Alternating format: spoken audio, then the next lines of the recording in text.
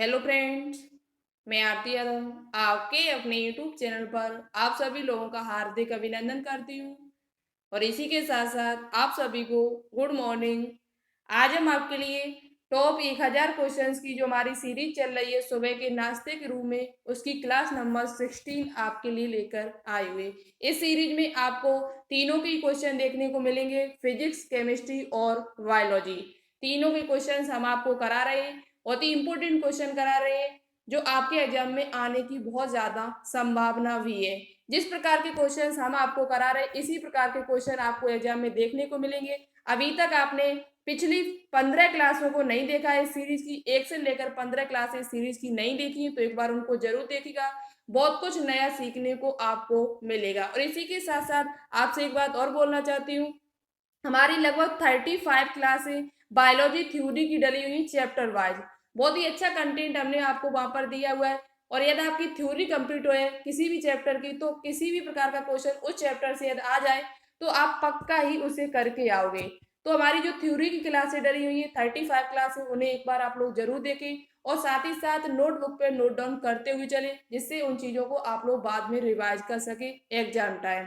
ठीक है, तो आज की क्लास आपके लिए बहुत ही इंपॉर्टेंट होने वाली है, क्योंकि आज हम आपके लिए रेडियो एक्टिव के न्यूमेरिकल लेकर आए हुए। पिछली क्लास में हमने आपको रेडियो एक्टिव के कुछ क्वेश्चन कराए थे, बचे हुए क्वेश्चन हम आपको इस क्लास में कराने वाले जो न्यूमेरिकल है और आपके एग्जाम्स के लिए इम्पोर्टेंट भी होंगे। तो क्लास को कंप्लीट देखिएगा, साथ में पेन और कॉपी लेकर तो जरूर बैठे, जो भी पॉइंट हम आपको बताएं उसे उस पर नोट डाउन करते हुए आपको चलना होगा। आशा करती हूँ आज की क्लास आपको बहुत अच्छी लगेगी, तो इसे ज्यादा से ज्यादा अपने दोस्तों के साथ शेयर जरूर करें, जिससे उनकी भी हेल्प हो सके कुछ हमारे द्वारा। और अभी अभी यदि आप हमसे जुड़े हो तो प्लीज इस चैनल को थोड़ा सपोर्ट कीजिए, आपसे निवेदन है। और इस चैनल को सब्सक्राइब करके बेल आइकन प्रेस ऑल पर क्लिक जरूर कर ले। ठीक है, वीडियो अच्छी लगे, क्वेश्चन आपको अच्छे लगे और कुछ नया सीखने को यदि आपको मिलता है तो प्लीज इस वीडियो को एक बार लाइक जरूर कर दीजिएगा। ठीक है, तो चलिए आज की क्लास को स्टार्ट करते हैं। सबसे पहले हम आपको पिछली क्लास में जो होमवर्क में क्वेश्चन दिया था उसका आंसर बताएंगे, फिर आज के क्वेश्चन पर चर्चा करेंगे।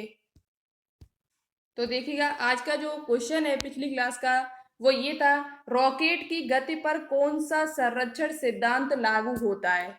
बहुत सारे स्टूडेंट्स ने आंसर भी दिया था और नए स्टूडेंट्स भी कुछ हमसे जुड़े हुए। यदि अभी तक आपने इस चैनल को सब्सक्राइब ना किया तो आप प्लीज कर लीजिएगा, बहुत ही अच्छे क्वेश्चन आपको देखने को भी मिलेंगे। और जो क्वेश्चन का आंसर है वो बहुत सारे स्टूडेंट्स ने दिया, लेकिन हम उनका नाम लेना भूल गए, नाम नहीं लेके आए आज। और जिन्होंने आंसर दिया उनको बहुत बड़ा वाला थैंक यू। इसी प्रकार से क्वेश्चन का आंसर देते रहा करो, जिससे हमें भी पता चलता है कि हाँ आप लोग तैयारी कर रहे हो। तो चलिए बात करते हैं आज के क्वेश्चन पर। रॉकेट की गति पर कौन सा संरक्षण सिद्धांत लागू होता है। अच्छा आंसर दिया आप लोगों ने था। इसका जो सिद्धांत है वो है संवेग संरक्षण सिद्धांत। संवेग संरक्षण पर ये लागू है, संवेग संरक्षण सिद्धांत इस पर लागू है। और साथ ही साथ ये रॉकेट गति जो है वो किस न्यूटन का कौन सा नियम इस पर लागू होता है, तो ये तीसरा नियम, न्यूटन का जो थर्ड लॉ है वो इस पर लागू, उसका भी एक उदाहरण है जिसे हम क्रिया प्रतिक्रिया का नियम कहते हैं। किसका नियम कहते हैं, क्रिया प्रतिक्रिया का नियम कहते हैं। ये न्यूटन का तीसरा नियम है और इसका भी एक ये उदाहरण है। तो यदि आपसे संरक्षण पूछा जाए कि संरक्षण सिद्धांत पर लागू होता है तो सम्वेग संरक्षण। और यदि आपसे ये पूछा जाए ये न्यूटन का कौन से नियम पर लागू है, तो न्यूटन का ये तीसरे नियम पर लागू होता है। न्यूटन का जो तीसरा नियम है क्रिया प्रतिक्रिया का नियम, उस पर भी ये लागू होता है। ठीक है, तो ये आंसर था, आप लोगों ने अच्छा आंसर दिया, इसके लिए आपको थैंक यू। इसी प्रकार से क्वेश्चन का आंसर देते रहा करो। ठीक है, चलिए आज के क्वेश्चन पर बात करते हैं। बहुत ही अच्छा क्वेश्चन है बायोलॉजी का और इस क्वेश्चन से आपको 3-4 क्वेश्चन एक्स्ट्रा में सीखने को भी मिलेंगे। तो जो भी पॉइंट हम आपको बताएं उसे उस पर नोटबुक पे नोट डाउन करते हुए आपको चलना होगा। क्वेश्चन है हमारा कि यूग्लिना पर चढ़े आवरण को क्या कहते हैं। यूग्लिना एक जीव है, उस पर चढ़े आवरण को क्या कहा जाता है। तो सबसे पहले हम बात करते हैं कि यूग्लिना जो आपका है वो किस संघ में आता है। यूग्लिना जो आपका है ये जीव किस संघ में, यदि आपसे पूछा जाए संघ की बात कर ली जाए आपसे तो किस संघ में आता है, तो ये प्रोटोजोआ में आता है। किस में आता है, और प्रोटोजोआ के जीवों के नाम हम आपको कई बार बता भी चुके हैं, आपको याद भी हो चुके होंगे शायद है। प्रोटोजोआ में हमारा यूग्लिना आता है, अमीबा आता है, पैरामीशियम आता है, और एंटी अमीबा आता है, ट्रिपोनोसोमा आता है। ये सभी जो जीव हैं वो संघ प्रोटोजोआ के सदस्य हैं। किसके? संघ प्रोटोजोआ के सदस्य हैं। यदि आपसे पूछा जाए कि इग्वलिना किस जगत में रखा गया है, किस किंगडम में रखा गया है, ये आपसे पूछा जाए तो इसके जगत का नाम है, इसके किंगडम का नाम है प्रोटिस्टा। किस में रखा गया? प्रोटिस्टा।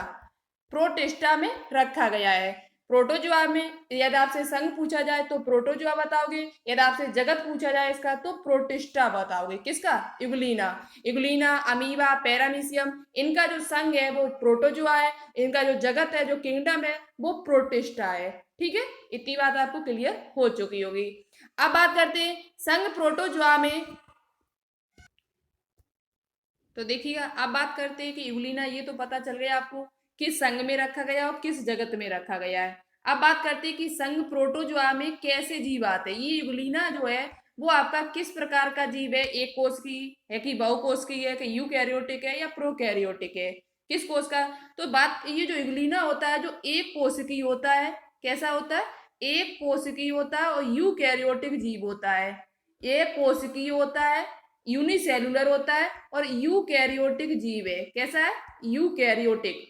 यूकैरियोटिक जीव है। आपको पहले से भी पता होगा, बहुत ही अच्छा क्वेश्चन वो भी एक बनता है यहाँ पर कि इग्वलिना को किसके बीच की कड़ी कहा जाता है। इग्वलिना को किसके बीच की कड़ी कहा जाता है? तो इग्वलिना को पादप और जंतु के बीच की कड़ी कहा जाता है। इसमें पादप के भी लक्षण पाए जाते हैं और जंतु के भी लक्षण पाए जाते हैं। ठीक है, इसमें क्लोरोफिल भी पाया जाता है। इग्वलिना में क्या पाया जाता है? क्लोरोफिल पाया जाता है, जिसकी सहायता से वो अपना भोजन बना लेता है। और जब सूर्य का प्रकाश इसे नहीं मिलता है तो ये अपनी सतह के द्वारा, शरीर सतह के द्वारा भोजन को भी ग्रहण कर लेता है। ठीक है, तो इसलिए इसे पादप और जंतु के बीच की कड़ी कहा जाता है और ये एक कोशिकी और यूकैरियोटिक जीव होता है। इसके साथ साथ हम बात करते हैं, क्वेश्चन यहाँ से और पूछा जाता है कि इग्वलिना जो है वो किसके द्वारा गति करता है। इग्वलिना का कुछ फिगर इस प्रकार से होता है, देखो हम आपको बनाने की कोशिश कर रहे हैं। इग्वलिना का फिगर कुछ इस प्रकार से होता है, ये इसकी फ्लैजिला होती है। देखो ऐसा नहीं है, देखो हम आपको थोड़ा बना के कोशिश कर रहे हैं। ठीक है, इस प्रकार से कुछ होता है। तो इग्वलिना के जो गति में सहायक है वो उसका एक होता है कसाविका, इसे कहते हैं कसाविका, जिसे इंग्लिश में कहा जाता है फ्लैजिला। कसाविका, ये इसकी गति में सहायक है। इग्वलिना जो गति करता है, जो चलता है, वो किसके कारण चलता है? तो वह कसाविका के कारण चलता है, जिसे हम फ्लैजिला भी कहते हैं। क्या कहते हैं? फ्लैजिला। तो आपसे पूछा जाए कि इग्वलिना किसके द्वारा गति करता है, तो फ्लैजिला या कसाविका के कारण गति करता है, जिसे हम पादप और जंतु के बीच की कड़ी कहते हैं। उसमें क्लोरोफिल भी पाया जाता है। ठीक है, अब बात करते जो क्वेश्चन हमारा था उस पर। इग्वलिना पर चढ़े आवरण को क्या कहते हैं? तो इग्वलिना पर चढ़े आवरण को पेलिकल कहा जाता है। क्या कहा जाता है? पेलिकल। अमीबा के ऊपर, पैरामीशियम के ऊपर जो चढ़ा हुआ आवरण होता है, उसके ऊपर जो आवरण चढ़ा होता है उसे क्या कहा जाता है? तो उसे पेलिकल कहा जाता है। तो इसका जो राइट आंसर है वो क्या है? पेलिकल। अच्छा क्वेश्चन था और इसे आपको कई क्वेश्चन भी सीखने को मिले होंगे। ठीक है, तो इग्वलिना को किस जगत में रखा गया? तो इग्वलिना को जगत प्रोटिस्टा में रखा गया है। ये क्वेश्चन जो आपका है वो यूपीएमएस यानी सीपी नेट 2017 में पूछा गया क्वेश्चन है। सीपी नेट 2017 में ये क्वेश्चन आया था। जीव विज्ञान शब्द का प्रयोग किसने किया था? जीव विज्ञान शब्द का प्रयोग किसके द्वारा किया गया था? तो जीव विज्ञान शब्द का प्रयोग है वो आपका लेमार्क और इनके साथ साथ एक वैज्ञानिक और थे जिनका नाम है ट्रेविनस। क्या नाम है? लेमार्क और ट्रेविरेनस। ट्रेविरेनस, ज्यादातर आपको ये दोनों साथ में मिलते हैं और नहीं तो लेमार्क आपको अवश्य मिलेगा। ये नाम यदि एक बार ना मिले नीचे वाला, लेकिन लेमार्क आपको मिलेगा यदि आपसे पूछा जाए कि जीव विज्ञान शब्द का प्रयोग किसने किया था। तो जीव विज्ञान शब्द का प्रयोग लेमार्क एवं ट्रेविरेनस नामक वैज्ञानिक ने किया हुआ था। बच्चे कंफ्यूज होके यानी जिनको पता नहीं होता है वो क्या करते, जीव विज्ञान के जो जनक है अरस्तु, उसी पर टिक लगाते। जीव विज्ञान के जनक किसे कहा जाता है? जीव विज्ञान के जो फादर है वो अरस्तु, एरिस्टोटल को कहा जाता है। तो वो जल्दी में क्या करते, क्वेश्चन को पढ़ा और लाया, उस पर किस पे टिक कर दिया? अरस्तु पर। लेकिन आप लोग अच्छे से याद रखें, जीव विज्ञान शब्द का प्रयोग है वो किसने किया था? लेमार्क एवं ट्रेविरेनस नामक वैज्ञानिक ने किया हुआ था। ये क्वेश्चन आपका पूछा हुआ क्वेश्चन है सीपी नेट 2017 में। तो आपसे किसी भी एग्जाम में फिर दोबारा से पूछा भी जा सकता है। चलिए, आपको पता होगा जीव विज्ञान के जनक किसे कहा जाता है। तो जीव विज्ञान का जो जनक है वो कौन है? जीव विज्ञान के जनक अरस्तु को कहा जाता है। इसे दो शाखाओं में बांटा गया है, वनस्पति विज्ञान और जूलॉजी। जूलॉजी के भी जो जनक है वो आपके अरस्तु ही है। जूलॉजी के जो जनक है, जो जीव विज्ञान के जनक है वो जूलॉजी के जनक है, और वनस्पति विज्ञान के जो जनक है वो थियोफ्रेस्टिस को कहा जाता है। ठीक है, ये चीजें आपको पहले से पता होगी तो बताने में क्या फायदा है। अब बात करते हैं जीवाणु की खोज किसने की थी। जीवाणु की खोज किसने, क्वेश्चन छोटा है लेकिन आपको यहाँ से 3 क्वेश्चन देखने को मिलेंगे जो बहुत ही इंपॉर्टेंट है आपको जानना। क्या क्वेश्चन है? जीवाणु की खोज किसने की थी, क्वेश्चन आपसे ये पूछा गया है। तो सबसे पहले बात करते हैं कि जीवाणु शब्द किसने दिया था। ये जीवाणु जो शब्द है वो किसके द्वारा दिया गया था, इस पर चर्चा करते हैं। तो देखो, जीवाणु जो शब्द है वो आपका दिया था एरनबर्ग ने। किसने दिया था? एरनबर्ग के नाम के वैज्ञानिक थे जिन्होंने जीवाणु शब्द दिया हुआ था। ठीक है, अब बात करते हैं कि जीवाणु की खोज किसने की थी, जो क्वेश्चन यहाँ पर पूछा गया आपसे। तो जीवाणु की जो खोज है एक हॉलैंड के वैज्ञानिक थे, रहने वाले। कहाँ के वैज्ञानिक थे? हॉलैंड निवासी थे। हॉलैंड के थे Antony von Leeuwenhoek. Antony von Leeuwenhoek ने जीवाणु की खोज की थी। एंटोनी वॉन ल्यूवेन ल्यूवेनहॉक नाम के वैज्ञानिक थे जिन्होंने किसकी खोज की थी? जीवाणु की खोज की थी। अब आपसे पूछा जाए कि आधुनिक जीवाणु विज्ञान का जनक किसे कहा जाता है। आधुनिक आधुनिक जीवाणु विज्ञान का जनक किसे कहा जाता है, ये क्वेश्चन बहुत बार पूछा भी गया और पूछा भी जा सकता है आपसे। आधुनिक जीवाणु विज्ञान का जनक, आधुनिक जीवाणु विज्ञान का जो जनक कहा जाता है रॉबर्ट कोच को कहा जाता है। किसे कहा जाता है? रॉबर्ट कोच नाम के वैज्ञानिक उनको कहा जाता है। देखो, क्वेश्चन यदि आप लोग सोचे कि इतने सरल क्वेश्चन लेकर आ रही है तो इसके साथ साथ आपको 2-3 क्वेश्चन एक्स्ट्रा में भी मिल रहे हैं। यदि आपको पहले से पता है तो आपके रिवाइज हो रहे हैं, जिनको पता नहीं उनको याद हो जाएंगे, उनको भी पता चल जाएगा।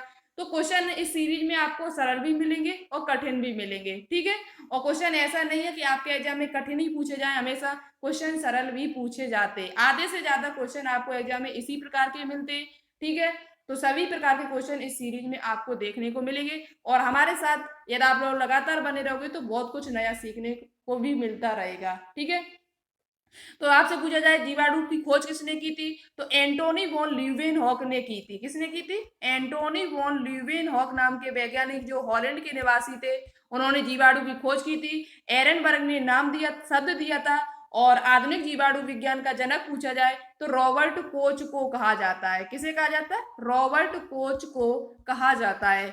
इन्होंने 6 रोग के जीवाणु की भी खोज की थी। जो टीबी का जो जीवाणु होता है, जिससे टीबी होती है, माइक्रोबैक्टीरियम ट्यूबरक्लोसिस, उसकी जो खोज की थी वो रॉबर्ट कोच के द्वारा ही की गई थी। किसके द्वारा की गई थी? रॉबर्ट कोच नाम के जो वैज्ञानिक थे, इन्होंने ही 6 रोग, जो टीबी जिसे हम कहते हैं, 6 रोग, टीबी और यक्षमा, ये कई नाम इसके होते हैं, तो इसकी जो खोज की थी, इसके जीवाणु की जो खोज की थी वो रॉबर्ट कोच ने ही की थी। तो ये 3-4 क्वेश्चन आप अच्छे से नोटबुक में नोट डाउन कर लेना।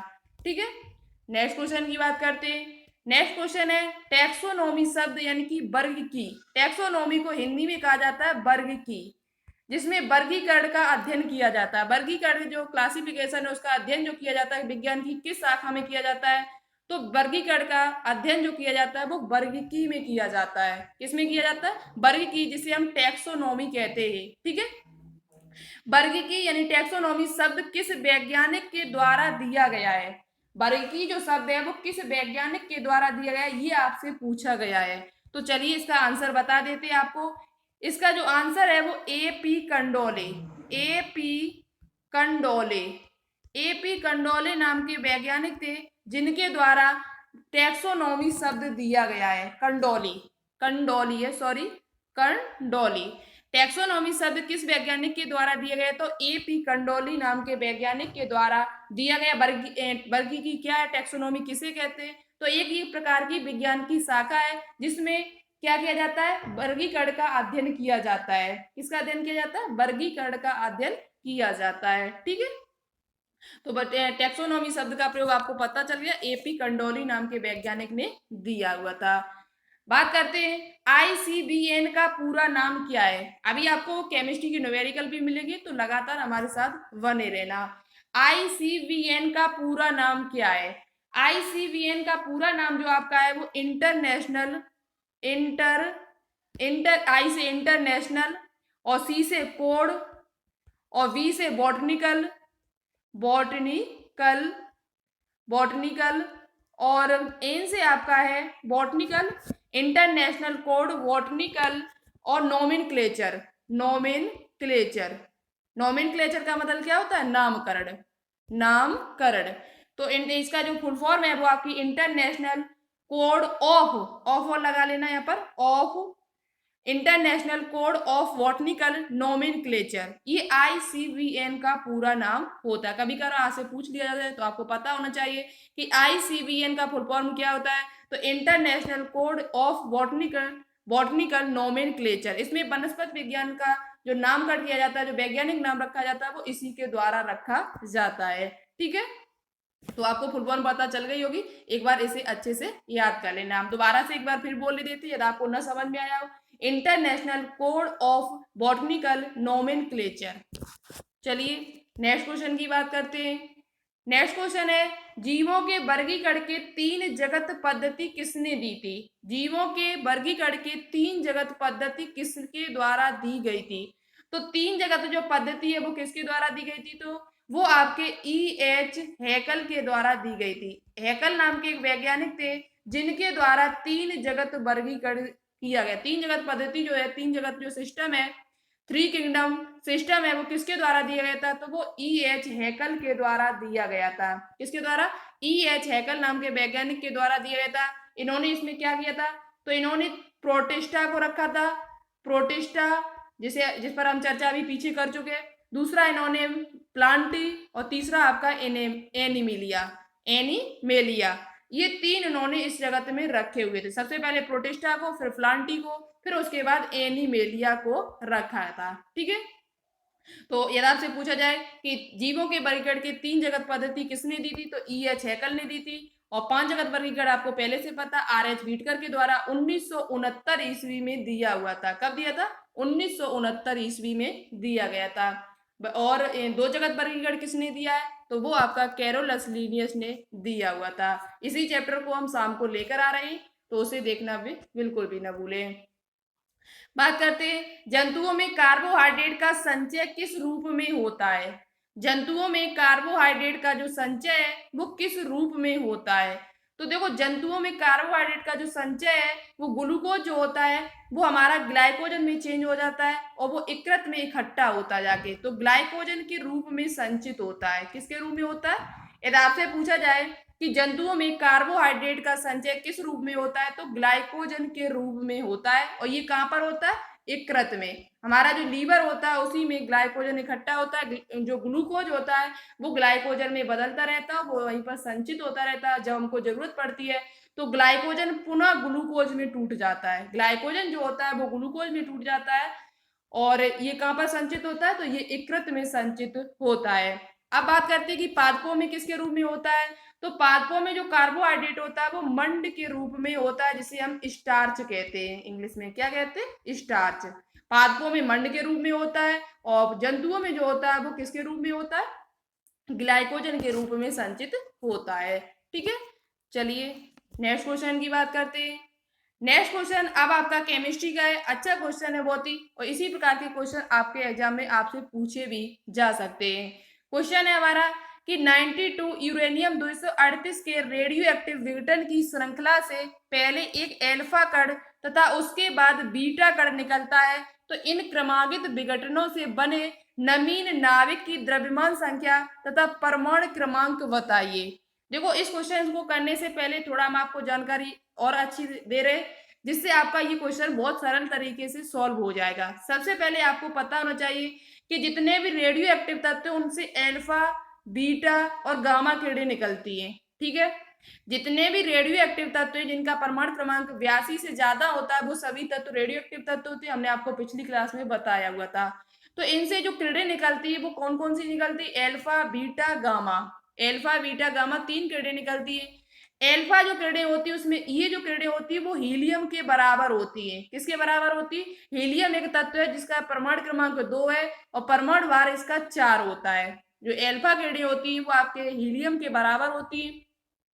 यहाँ पर क्या होता है, यदि किसी रेडियो एक्टिव तत्व से यदि एल्फा किरणें निकल रही हैं, किसी रेडियो एक्टिव तत्व से यदि एल्फा किरणें निकल रही हैं, तो वहां पर क्या होता है, क्या परिवर्तन आता है उस तत्व में, तो वहां पर जो परमाणु क्रमांक होता है उसमें 2 की कमी हो जाती है, परमाणु क्रमांक में 2 की कमी हो जाती है, और परमाणु भार में आपकी 4 की कमी हो जाती है। देखो हम थोड़ा सरल तरीके से यहाँ पर आपको समझा रहे हैं। यदि किसी रेडियो एक्टिव तत्व से एल्फा किरणें निकल रही है, तो क्या होता है, जो उसका परमाणु क्रमांक होता है उसमें 2 की कमी हो जाती है। किसकी कमी हो जाती है, 2। जेड जो होता है परमाणु क्रमांक मानते हैं, और जो परमाणु भार होता है उसमें 4 की कमी हो जाती है। किसकी कमी हो जाती है, 4 की। परमाणु क्रमांक में 2 की कमी हो जाती है, परमाणु भार में 4 की कमी हो जाती है, किसी रेडियो एक्टिव तत्व से एल्फा किरणें निकल रही है तो यहाँ से आपसे क्या पूछा गया कि 92U238 के रेडियो एक्टिव विघटन की श्रृंखला से पहले एक एल्फा कण निकल रहा है। कितने एल्फा कण निकल रहे हैं, एक एल्फा कण यहाँ से निकल रहा है, और उसके बाद एक बीटा कण निकल रहा है। तो इन क्रमांकित विघटनों से बने नाभिक की द्रव्यमान संख्या तथा परमाणु क्रमांक बताइए। तो सबसे पहले एल्फा कण आपको पता चले, एल्फा कण जब आपसे निकलेगा किसी तत्व से, तो वहां पर परमाणु क्रमांक में 2 की कमी होगी और परमाणु भार में 4 की कमी होती है। ठीक है, अब बात करते हैं बीटा कण जब निकलेगा तो क्या परिवर्तन आएगा। तो किसी रेडियो एक्टिव तत्व से यदि बीटा कण निकल रहा है, तो क्या होता है, उसके परमाणु क्रमांक में, किसी तत्व का परमाणु क्रमांक में 1 की वृद्धि होगी, 1 की वहां पर वृद्धि हो जाती है, लेकिन परमाणु भार जो होता है उसमें कोई परिवर्तन नहीं होता है। परमाणु क्रमांक जितना होगा, परमाणु भार में कोई परिवर्तन नहीं होता है, परमाणु क्रमांक में 1 की वृद्धि हो जाती है। परमाणु भार जितना दिया होगा उतना ही रहेगा, लेकिन परमाणु क्रमांक की कितनी की वृद्धि हो जाती है, 1 की वृद्धि हो जाती है। तो ये बीटा कण है। यदि गामा किरणें कहीं से निकल रही है, तो गामा किरण में कोई भी परिवर्तन नहीं होता, जितना है उसका परमाणु क्रमांक उतना ही रहेगा। गामा किरणों में निकल रही किसी रेडियोएक्टिव तत्व से तो कोई परिवर्तन नहीं आता है, जबकि बीटा किरण यदि निकल रही है तो उसमें परमाणु क्रमांक में 1 की वृद्धि हो जाती है, परमाणु भार में कोई परिवर्तन नहीं होता है। यदि एल्फा किरण निकल रही है तो 2 की कमी परमाणु क्रमांक में आएगी और 4 की कमी परमाणु भार में आती है। द्रव्यमान संख्या में कितनी कमी आती है, 4 की आती है। अब आपको ये समझ में आ चुका होगा। अब इस क्वेश्चन को देखो सॉल्व कर रहे हैं, अभी देखो सेकंड में सॉल्व होगा, देखने में बड़ा लगता है लेकिन सॉल्व बहुत जल्दी होगा। अब 92U238 की बात कर रहे हैं, 92U238। सबसे पहले इसमें हम एक एल्फा कण को उत्सर्जन कर रहे हैं। एक एल्फा कण जब इससे निकलेगा तो आपको पता है परमाणु क्रमांक में कितनी कमी होगी, 2 की। तो 92 में जब हम 2 को घटाएंगे तो कितने बचेंगे, 90। तो यहाँ पर हमारे 90 आ जाएंगे परमाणु क्रमांक में। और 238 में जब हम 4 को माइनस करेंगे, क्योंकि परमाणु भार में 4 की कमी होगी जब एल्फा कण का उत्सर्जन होगा, तो यहाँ पर 234 बच जाएगा। तो ये जो तत्व बनेगा वो आपका थोरियम बन के तैयार होगा, और थोरियम का जो परमाणु क्रमांक होता है वो 90 होता है। यदि आपसे तत्व का नाम पूछा जाता तो आप बता देते 90, और उसके बाद उसका परमाणु क्रमांक 90 हुआ तो थोरियम तत्व है, और 234 इसका परमाणु भार है।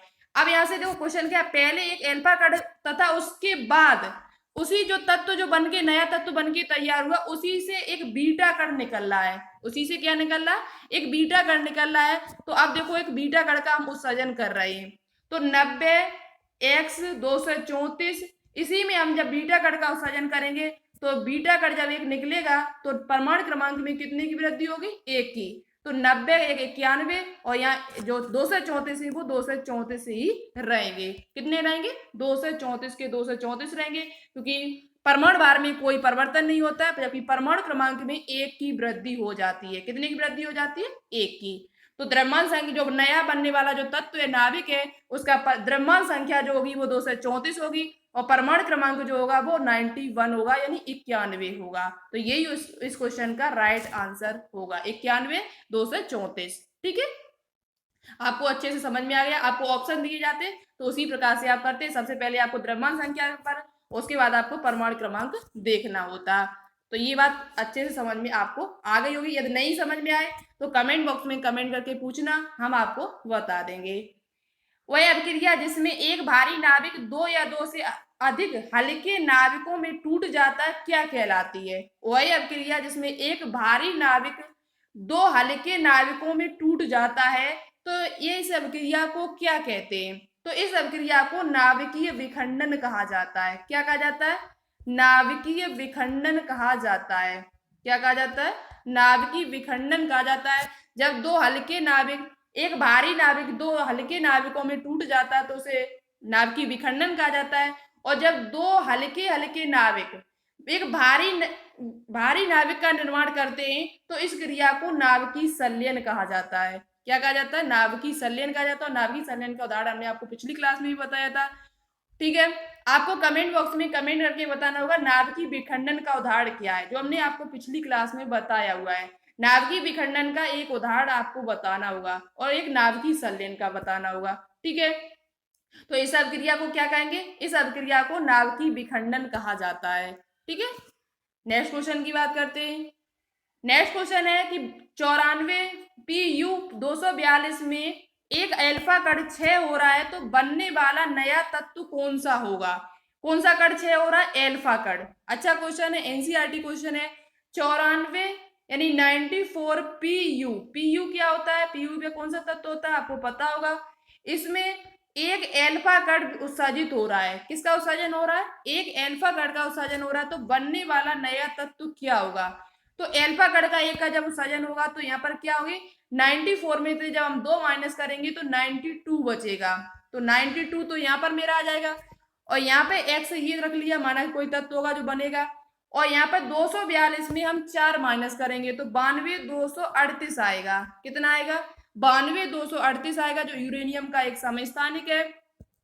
तो ये क्या है? यूरेनियम, जो तत्व नया बनेगा वो आपका यूरेनियम बन के तैयार होगा। परमाणु क्रमांक में 2 की कमी होगी और परमाणु भार में 4 की कमी होगी यदि एक अल्फा कण का उत्सर्जन हो रहा है। ठीक है, तो ये आपका क्वेश्चन है 92 238 बन के तैयार। आंसर जो आएगा वो आपका कितना आएगा? 92 238। ठीक है, चलिए नेक्स्ट क्वेश्चन की बात करते हैं। पीयू क्या होता है ये भी सुन लीजिए। तो देखो पीयू जो होता है वो पीओ की बात की जाती है आपसे। देखो पीओ होता है तो वो पोलिनियम होता है। क्या होता है? पोलिनियम। ये बहुत तो कंफ्यूजन कर देते हैं दोनों, तो इसलिए हम आपको बता देते हैं। पीओ लिखा होता है तो पोलिनियम होता है और पीयू है यहाँ पर तो प्लूटोनियम होगा। क्या होगा? प्लूटोनियम। प्लूटोनियम ये इस तत्व का नाम होगा। तो पीयू कितने पर आता है? 94 पर आता है और एक प्रकार का कैसा तत्व है? ये रेडियो एक्टिव तत्व है। तो इसे कौन सा कण उत्सर्जन हो रहा था? अल्फा कण का उत्सर्जन हो रहा था। अल्फा कण में हमने आपको बता दिया क्या होता है, वो भी हम आपको बता चुके हैं। नेक्स्ट क्वेश्चन इस प्रकार, फिर एक उसी प्रकार का क्वेश्चन है। देखो 4-5 क्वेश्चन यदि आप लगा रहे हो तो आपकी अच्छी प्रैक्टिस हो जाएगी और आप कभी भी नहीं भूलोगे। ठीक है, और आपके पास ऐसे क्वेश्चन हो तो कर लेना अच्छी तरीके से। ऐसे क्वेश्चन आपके एग्जाम में पूछे जाते हैं। ठीक है, 83 VI, VI का मतलब विस्मित। 210 में रेडियो एक्टिव तत्व में एक बीटा कण का उत्सर्जन हो रहा है तो बनने वाला नया तत्व कौन सा होगा? 83 VI 210 में कौन सा तत्व? एक बीटा कण का उत्सर्जन हो रहा है। तो यहाँ पे सबसे पहले लिख लीजिए 83 VI विस्मित 210 और कौन सा कण निकल रहा है? एक बीटा कण निकल रहा है। एक ही बीटा कण निकल रहा है। आपसे 2 भी पूछा जा सकता है, 3 से भी पूछा जा सकता है। ऐसे ही पूछा जाए कि 3 बीटा कण उत्सर्जन हो तो क्या परिवर्तन आएगा, तो तुरंत कर लोगे। तो यहाँ 83 VI 210 में एक बीटा कण उत्सर्जन हो रहा है। तो बीटा में क्या बताया अभी हमने आपको? परमाणु क्रमांक में 1 की वृद्धि हो जाती है। तो 83 में 1 प्लस कर दीजिए आप, तो 83 यहाँ पे 84 हो जाएगा और VI का जो 210 है आपके वो 210 ही रहेंगे, क्योंकि परमाणु भार में कोई परिवर्तन नहीं होता है। तो यहाँ पे कितना हो जाएगा? 84 और यहाँ पे कितना हो जाएगा? 210। तो बनने वाला नया तत्व कौन सा होगा ये आपसे पूछा गया है। बनने वाला नया तत्व कौन सा होगा ये आपसे पूछा गया है। तो देखते हैं कौन सा तत्व होगा। बनने वाला जो नया तत्व है आपका निकल के आएगा, बनने वाला जो नया तत्व होगा वो पीओ होगा, पोलेनियम। क्या होता है? पीओ। पी यानी आपसे नाम भी पूछा जाता है, नाम पहली बार नहीं पूछा जाएगा। तो बनने वाला जो नया तत्व होगा पोलेनियम होगा और जिसे हम क्या कहते हैं? 84, जिसका परमाणु क्रमांक जो होता है वो 84 होता है। ठीक है, तो ये क्वेश्चन आपको समझ में आया। यदि एक बीटा कण उत्सर्जन हो रहा है तो उसमें परमाणु क्रमांक में 1 की वृद्धि हो जाती है। नेक्स्ट क्वेश्चन पे बात करते हैं। नेक्स्ट क्वेश्चन ये, इसका आंसर आपको कमेंट बॉक्स में कमेंट करके बताना होगा। जो इसका आंसर अच्छा और बिल्कुल राइट आंसर देगा उसका नाम हम कल की क्लास में जरूर लेकर आएंगे। क्वेश्चन है, एक रेडियो एक्टिव नाभिक 81 यानी 81X 237 3 अल्फा कण और 1 बीटा कण का उत्सर्जन करता है तो प्राप्त नाभिक कौन सा होगा? क्या प्राप्त, कौन सा तत्व बन के तैयार होगा? तत्व का नाम नहीं बताना आपको, यहाँ पर तत्व का नाम भी नहीं दिया गया, सिर्फ आपको 3 अल्फा कण तथा 1 बीटा कण का उत्सर्जन करता है तो प्राप्त नाभिक कौन सा होगा? इसका आंसर आप लोग कमेंट बॉक्स में कमेंट करके हमें बताएं, और क्या आंसर आता है जो सबसे अच्छा, सबसे राइट आंसर देगा उसका नाम हम कल लेकर जरूर आएंगे। और बहुत ही अच्छा क्वेश्चन है, इसी प्रकार के क्वेश्चन आपके एग्जाम में पूछे जाते हैं। यदि आपको न समझ में आए तो कमेंट बॉक्स में कमेंट करके हमसे जरूर पूछना। आज के क्वेश्चंस कैसे लगे एक बार जरूर बताएं कमेंट बॉक्स में कमेंट करके। वीडियो को अभी तक आपने लाइक ना किया हो तो प्लीज इस वीडियो को एक बार लाइक जरूर कर दिया करो, जिससे हमें भी पता चलता है कि हाँ आप लोग हमारी वीडियो को पसंद कर रहे हो। अभी तक आपने चैनल को सब्सक्राइब ना किया तो प्लीज कर लीजिएगा। तो आज के लिए इतना ही। Okay, all the best.